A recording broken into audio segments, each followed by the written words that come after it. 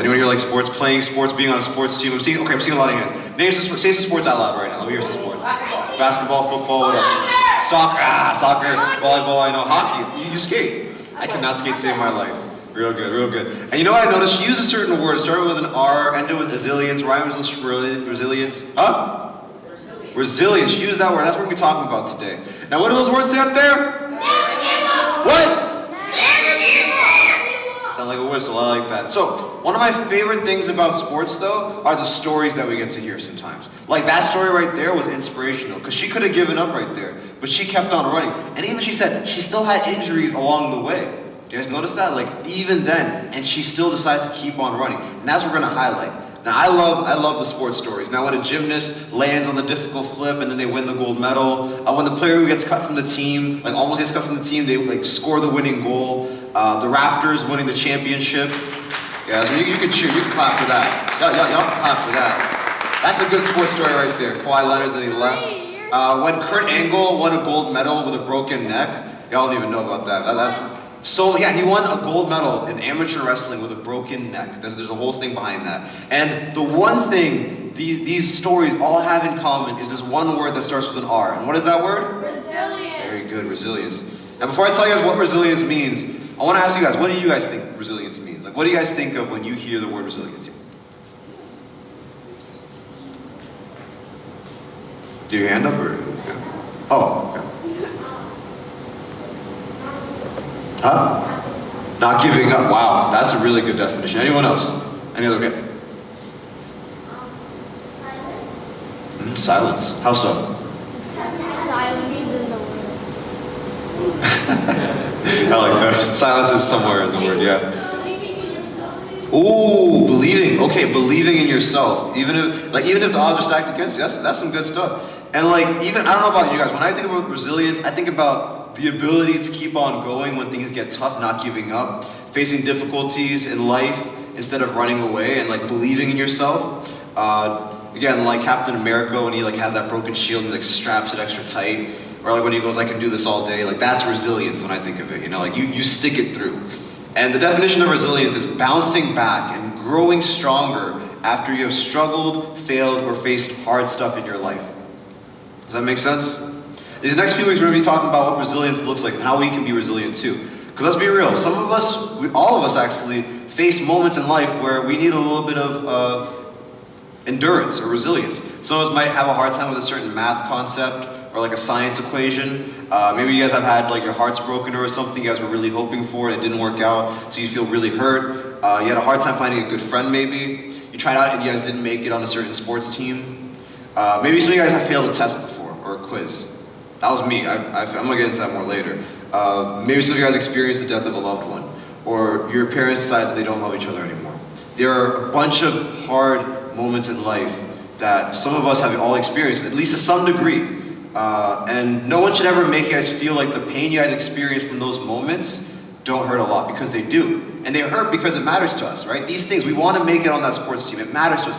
Or if we want to make it on that school play. So if it doesn't happen, it hurts. And that means it matters to all of us, and we should care. And we've all dealt with hard stuff before. But that doesn't mean we should stop trying.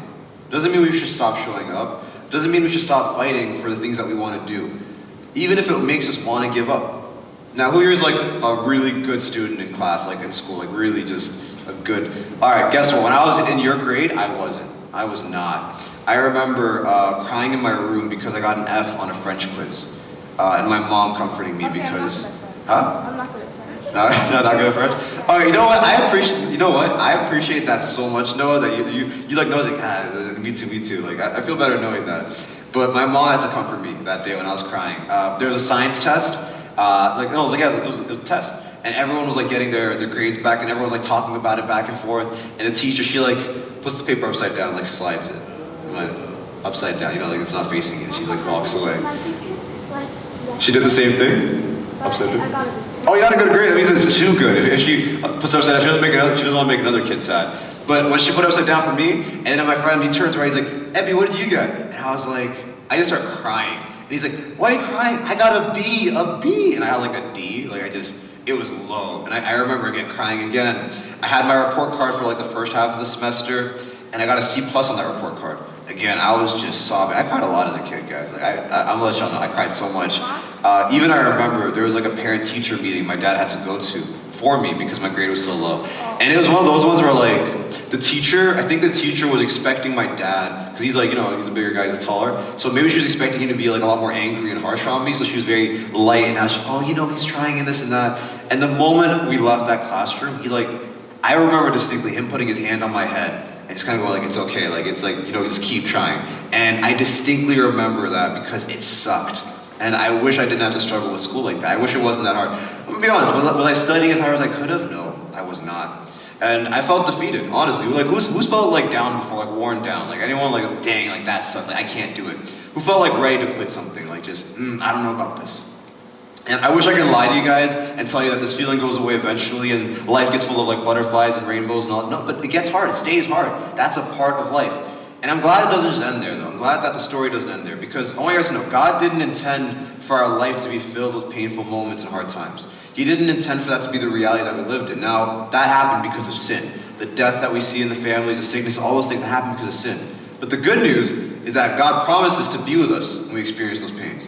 And that we're not alone, and that also He has a plan to make things better. And we can find comfort and peace in those hard times because of that promise. And we're gonna dive into that, and that's the good news. And also, another good news is He's able to use those hard times to build resilience and endurance, and to make you guys stronger too. And God understands us. I hope you guys remember that. God understands us. We're gonna talk about a guy named Paul. Everyone say Paul. Paul. Who said Saul? I was about to say that. His name was Saul. Who can tell me about who Saul was though? Who wants to tell me about Saul? Because you got it, yeah. No, the different Saul. Good, yeah, good Saul though, but a different Saul. You had your hand up first.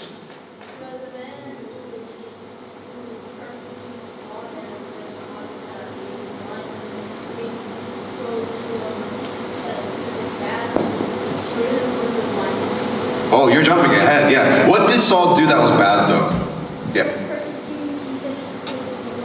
Yeah. So, he was actually a Jew also, but he was killing the Christians. He was killing Christians a lot. He was doing a lot of bad things. He thought he was doing a good mission, but he was killing different Christians, breaking into Bible studies and all kind of stuff, and it was really, really sad what he was doing. Many people died because of Saul, right? And then one day, like you said, he encountered Jesus, and Jesus changed his life forever. And if I go deeper into that story, it would be insane. But I want to fast forward to a later part of his story where he became a church leader, right? He became a leader. His name was already Saul, but he would go by Paul to show that he's made new again. His name was actually Saul Paul, but that's a whole other story for another time. But he wanted to share the good news. He wanted to plant churches. He started changing lives. Now, do you guys think life got easy for Paul right when he started doing that? No. No. Oh, you guys are actually so good. Like, y'all smart. Now, he wrote a letter to the church of Corinth, and he talks about the things he dealt with. Now, guys, guess what? This verse is pretty big, so I need a lot of help from y'all, okay? You got me? Yeah. Let's go into it right now. All right. It's a lot of things that he went through. So I have been put in prison. We're going to try that again. I have been put in prison. There we go. More often, been whipped. Times without number, and Faced death. again and again. 5 different times the Jewish leaders gave me 39 lashes. 3 times I was Beaten with rods. once I was Stoned. 3 times I was Shipwrecked. next slide. Once I spent a whole night and day. Adrift at sea. I have traveled on many long journeys. I have faced Danger. from River. and from. Robbers. I have faced. Danger. I guess bolded. Oh. I have faced Danger. from my own people, the Jews, as well as from the Gentiles. I have. Oh, I'm so sorry. I have faced Danger. in the cities, in the deserts, and on the seas.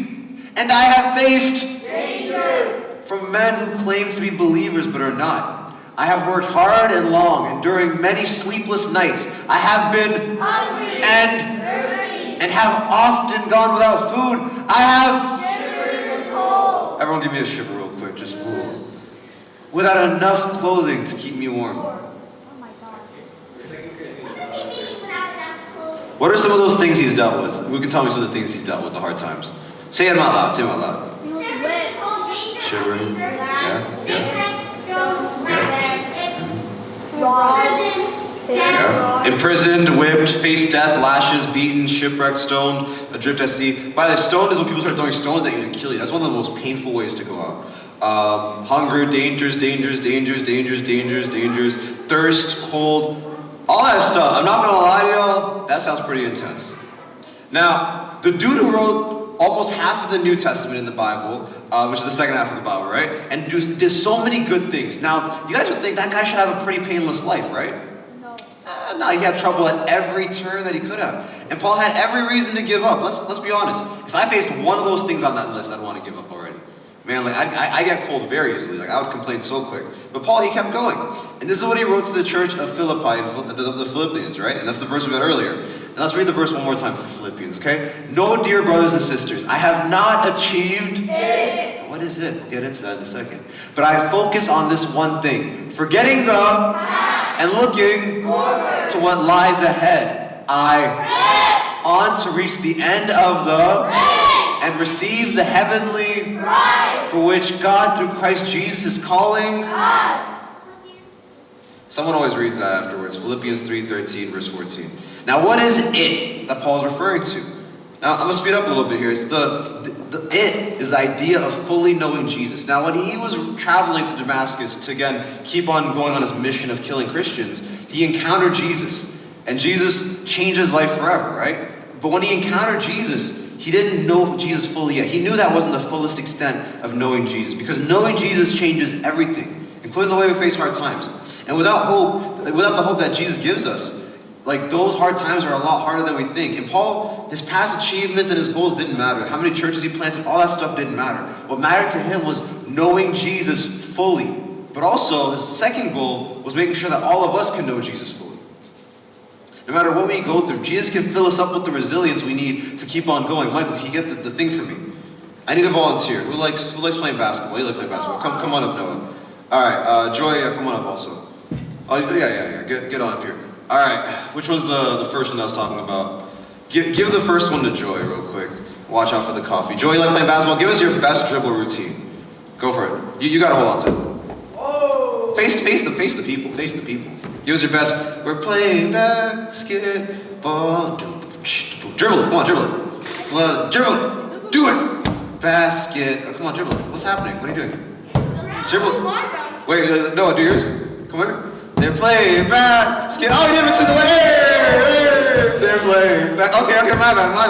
Now stay on up here. Okay. What's wrong with Joy's basketball? Does he suck at basketball?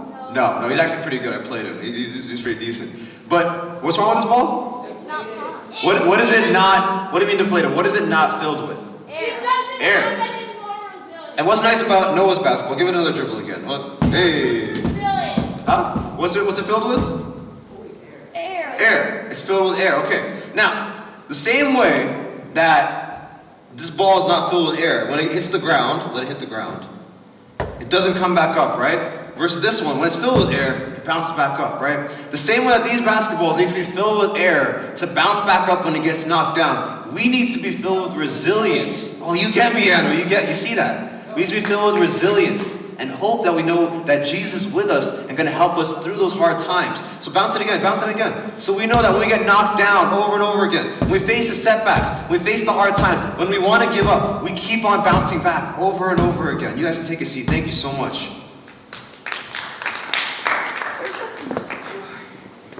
There's another verse that I have for you guys. John 16:33, okay? And let's read this one together also.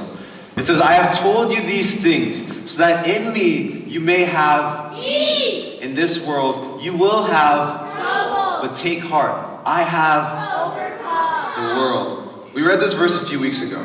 John 16:33. We read it a few weeks ago around Easter time on Easter Sunday. And I was telling you guys that Jesus, he's with you guys, right? He's really there because he understands what you guys have been through. He gets you. Remember when I was talking about Ruth and how she gets me? The same way. Jesus understands you guys. He went through what you guys went through, and he wants to help you guys through those things. And he wants to help you guys have the resilience. He guarantees the trouble, but he wants to help you guys through that. Now to close up everything, I want to wrap up with the story of earlier. I mentioned that I had a hard time in school. I wanted to give up. I was not doing well. The parent-teacher conferences were mad awkward. My report card wasn't that good. But my parents were there for me. And if it wasn't for their support, and knowing that I wanted to do better. The next half of the report card was much better. Even yesterday, me and Pastor Beth got to celebrate our graduation from Tyndale, right? So we got to, but we got to celebrate that, right? Because how far God brought us, right? How far God was able to bring me. Because I literally had a moment where I was worshiping God, and it was like, man, I did not do anything really to get this far, other than just depend on God and allow Him to build me with the resilience that I need. And if it wasn't for Him, I would not have made it this far in life. And I want you guys to have that resilience too, because I guess what I get knocked down sometimes too. And I want you guys to be able to get back up again. So first thing that we can do is recognize what's happening. Right? Identify what's making you want to give up. What's causing the stress, the pain, those things. Take some time to think about what is it that makes me feel like, man, I don't know if I can do this. And maybe that means you need to talk it out with someone, talk about it in your small groups. Second thing, recognize what is true no matter what, right? Do what Paul did. Focus on what the hope that Jesus gives us, right? Of knowing Him fully, the prize that's ahead. Because guess what? Everything else we achieve in life, it doesn't matter compared to the hope of knowing Jesus and fully experiencing Him in our lives. And we can start to do that right now as we encounter Him, but we look forward to that future hope. And lastly, recognize what can we do? What's a good first step towards practicing resilience?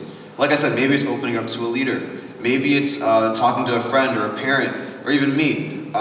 Maybe it's keeping on to push on throughout the day, or talking to God about it, reaching out to Him. Or when you guys want to give up, to remind yourself why you're doing what you're doing. It can look different. Now, hard times are going to come, but you guys don't have to be alone throughout any of it. And we want to be here with you guys, but also we want to help you guys be filled up with the resilience so you guys can bounce back against the hard times. Let's say a prayer.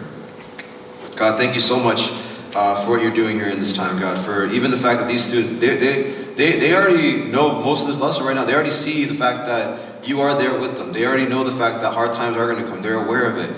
But I'm praying that more importantly than knowing the hard times are going to come, help them know that you are there with them in the hard times. Help us to know that there is a hope found in you, Jesus, that you give us the resilience, that we don't have to give up, but we can keep on pushing and fighting, even if it is tough. Help us to trust in you, God. Help us to give you control, Lord. In Jesus' name. And everyone said? Amen. Amen. All right.